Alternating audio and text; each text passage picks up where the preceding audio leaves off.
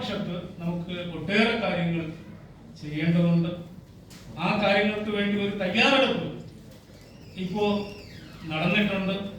അതിൻ്റെയൊക്കെ കാര്യങ്ങൾ നമുക്ക് ഇവിടെ ലഭിക്കുന്നുണ്ടാകും, ആ ഡോക്യുമെന്റായി തന്നെ ലഭിക്കുന്നുണ്ടാകും.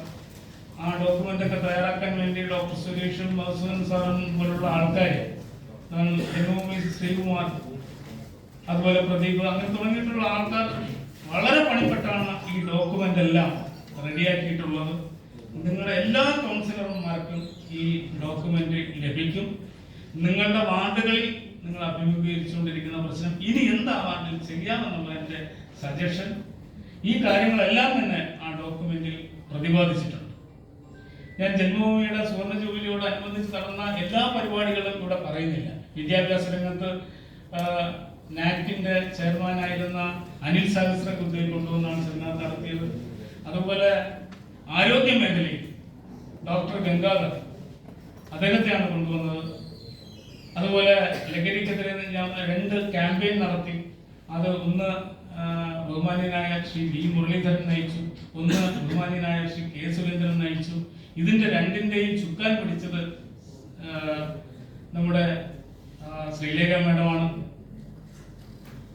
അതുകൂടാതെ നമ്മൾ ഈ നഗരത്തിലൂടെ ഒഴുകുന്ന ഏറ്റവും പ്രധാനപ്പെട്ട നദികളിലൊന്നായ കിള്ളിയാർ, അതിനെ സംരക്ഷിക്കാൻ വേണ്ടി ശ്രീ കുമ്മനം രാജേട്ടന്റെ നേതൃത്വത്തിൽ ഒരു കിള്ളിയാർ സംരക്ഷണ യാത്ര നടത്തിയിരുന്നു. അങ്ങനെ ഒട്ടേറെ പരിപാടികൾ, ഇതെല്ലാം ഈ പരിപാടികളെ കുറിച്ച് ഞാൻ പറയുമ്പോൾ നിങ്ങൾക്കറിയാം, ഇതെല്ലാം ഈ നഗരത്തിൽ ഉള്ളിലെ കാര്യമാണ്. ഈ നഗരം ഏറ്റവും വലിയ വിദ്യാഭ്യാസ കേന്ദ്രമായി മാറണം എന്നുള്ളതാണ് ആ സെമിനാറിൽ ഉയർന്നു വന്ന വിദ്യാഭ്യാസ സെമിനാറിൽ ഉയർന്നു വന്ന ആശയം. ഒരു സമയത്ത്, ഒരു കാലഘട്ടത്തിൽ ഈ തിരുവനന്തപുരത്ത് ശ്രീ ചിത്രതിരുനാൾ മഹാരാജാവ് ഭരിച്ചുകൊണ്ടിരുന്ന സമയത്ത് സർ CP രാമസ്വാമിയാർ ദിവാനായി പ്രവർത്തിച്ചിരുന്ന ആ കാലഘട്ടത്തിൽ നമ്മുടെ ഇവിടുത്തെ വിദ്യാഭ്യാസ സ്ഥാപനങ്ങൾക്ക് ദേശീയ നിലവാരമുണ്ടായി. ആൽബർട്ട് ഐൻസ്റ്റീനെ പോലുള്ള ലോക പ്രശസ്തനായ ഒരു ശാസ്ത്രജ്ഞനെ ഇവിടുത്തെ VC ആയി കൊണ്ടുവരാൻ വേണ്ടി അന്ന് CP രാമസ്വാമി അയ്യർ ശ്രമിച്ചു എന്ന് പറയുമ്പോൾ നമ്മുടെ വിദ്യാഭ്യാസത്തിന്റെ ഔന്നിത്യം എത്രയുണ്ടായിരുന്നു എന്ന് നമ്മൾ തിരിച്ചറിയണം. അതുകൊണ്ട് ഈ വരാൻ പോകുന്ന 5 വർഷം കൊണ്ട് ഈ നഗരത്തെ ഒരു വിദ്യാഭ്യാസ കേന്ദ്രമായി ഉയർത്തണം. അതുപോലെ തന്നെ വേസ്റ്റ് മാനേജ്മെന്റിൽ നമ്മുടെ നഗരം ഒരു കാലത്ത് ഏറ്റവും ഒരു 40-50 വർഷം മുമ്പ് ഇന്ത്യയിലെ ഏറ്റവും മികച്ച ശുചിത്വ നഗരമായി, ഏറ്റവും വൃത്തിയുള്ള മനോഹരമായ നഗരമായി. ആ നഗരം ഇന്ന് 27ാം സ്ഥാനത്താണ്. അപ്പോൾ ആ നഗരത്തെ ഏറ്റവും ശുചിത്വമുള്ള ഒരു നഗരമാക്കി മാറ്റണം. അതുപോലെ ഒരു പൈതൃക നഗരം, നമുക്ക് വളരെ ശക്തമായ ഒരു സാംസ്കാരിക അടിത്തറയുള്ള, സാംസ്കാരിക മുഖമുള്ള ഒരു നഗരമാണ് തിരുവനന്തപുരം.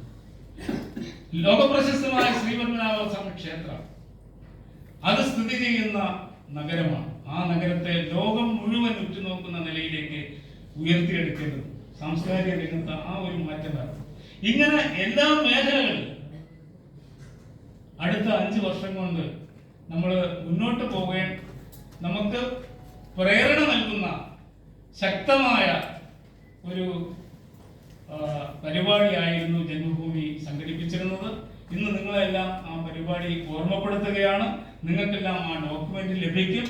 അതിന്റെ അടിസ്ഥാനത്തിൽ അടുത്ത 5 വർഷം വളരെ മാതൃകാപരമായി ഈ നഗരത്തെ വളർത്തിക്കൊണ്ടുവരാൻ, ഉയർത്തിക്കൊണ്ടുവരാനുള്ള പരിശ്രമത്തിന് നിങ്ങളോടൊപ്പം ജന്മഭൂമി എന്നും ഉണ്ടാകും, എപ്പോഴും ഉണ്ടാകും.